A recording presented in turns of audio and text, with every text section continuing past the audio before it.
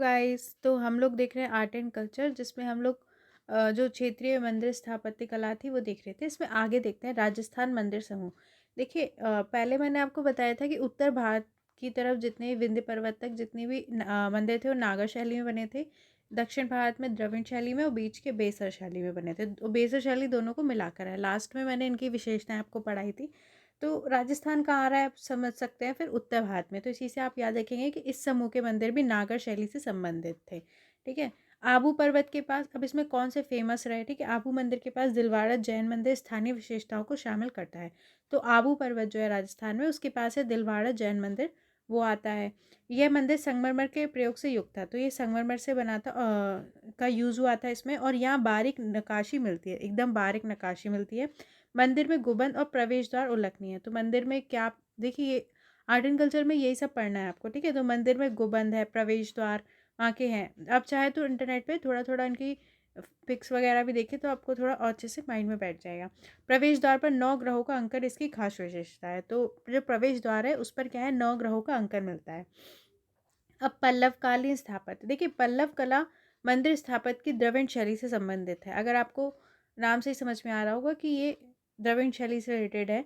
मतलब कि जो हमारा दक्षिण भारत है उससे पल्लवों ने वास्तुकला को कास्ट कला से मुक्त किया। ठीक है, और पहाड़ियों को काट कर मंदिर निर्माण की नई शैली शुरू की। तो इन्होंने क्या किया कि जो लकड़ी से बनती थी मंदिर वगैरह, उससे मुक्त करके पहाड़ियों को काट कर इन्हें मंदिर बनाया। एक नई शैली इनने विकसित की पल्लवों ने। शासकों के नाम पर पल्लव वास्तुकला की 4 शैलियाँ मिलती हैं।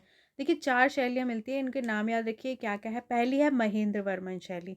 इस शैली में चट्टानों को काटकर मुक्ता मंडप संरचना बनाई गई। तो इसमें क्या करा कि चट्टानों को काटकर जो मंडप संरचना बनाई गई, ये मंदिर सादगीपूर्ण होते थे। देखिए पहले जो बने और लास्ट में जो बने वो सादगीपूर्ण होंगे। बीच के जो थे, मतलब एक ऐसे याद करने के लिए बता रही हूँ, सब में अलग अलग होता है, पर स्टार्टिंग में देखिए सिंपल बने हैं, है ना। चाहे मंदिर निर्माण की स्टार्टिंग देख लीजिए।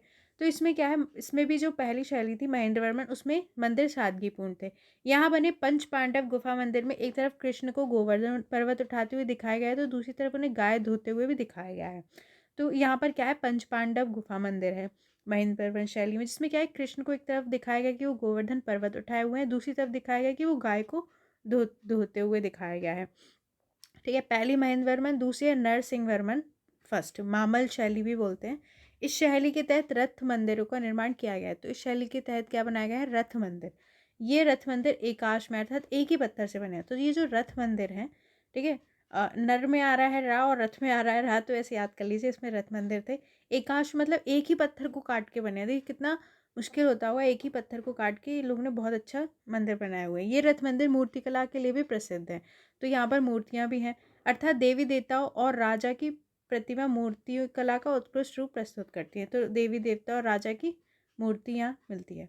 इस शैली का प्रमुख केंद्र महाबलीपुरम है। ठीक है, तो इस शैली का इंपॉर्टेंट सेंटर है महाबलीपुरम था। ठीक है, राज सिंह शैली पहली हमने पढ़ी महेंद्र वर्मन, दूसरी हमने पढ़ी नरसिंह वर्मन फर्स्ट मामल शैली, तीसरी है राज सिंह शैली। ठीक है, इस शैली में मंदिर ईंट और पत्थरों से बनने लगे। मैंने आपको बताया ना, पहले इन्होंने पहले मंदिर बनते थे लकड़ी से, फिर इन्होंने क्या करा, चट्टानों को काट कर बनाए।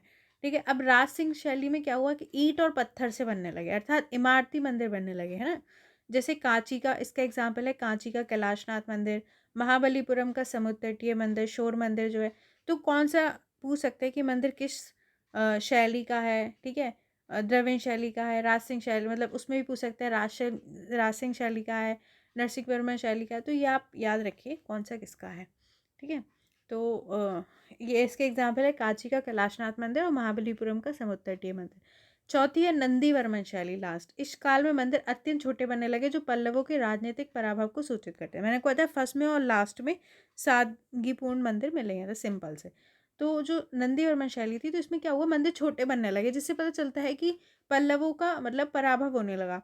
ठीक है, अब राजा के पास जितना पैसा होगा वो उतने सुंदर और बड़े मंदिर बनाता था अपनी शक्ति भी दिखाने के लिए। तो यहाँ पर छोटे बन रहे थे, इससे पता चला कि पल्लवों की शक्ति कम हो गई। चोलकालीन स्थापत्य देखते हैं। चोल शासकों ने द्रविड़ शैली के अंतर्गत ईंटों की जगह पत्थर और शिलाओं का प्रयोग करा। तो जो चोल शासक थे उन्होंने क्या है, ईंट की जगह पत्थर और शिलाओं का प्रयोग किया। प्रयोग कर ऐसे ऐसे मंदिर बनाए जिनका अनुकरण पड़ोसी राज्यों और देशों तक ने किया।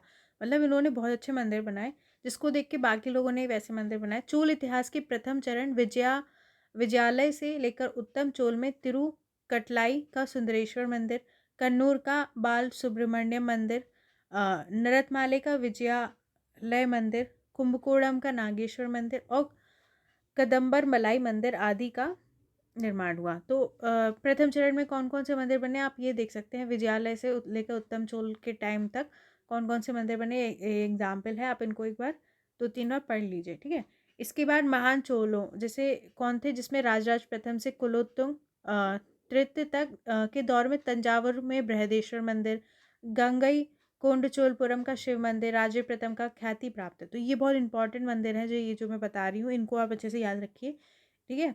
जो महान चोल के दौर में कौन सा बना, तंजावुर में बृहदेश्वर मंदिर, ये बहुत इंपॉर्टेंट मंदिर है, तथा गंगई कोंडचोलपुरम का शिव मंदिर किसके, राजेंद्र प्रथम का है ये, ठीक है, उनको ख्याति प्राप्त है।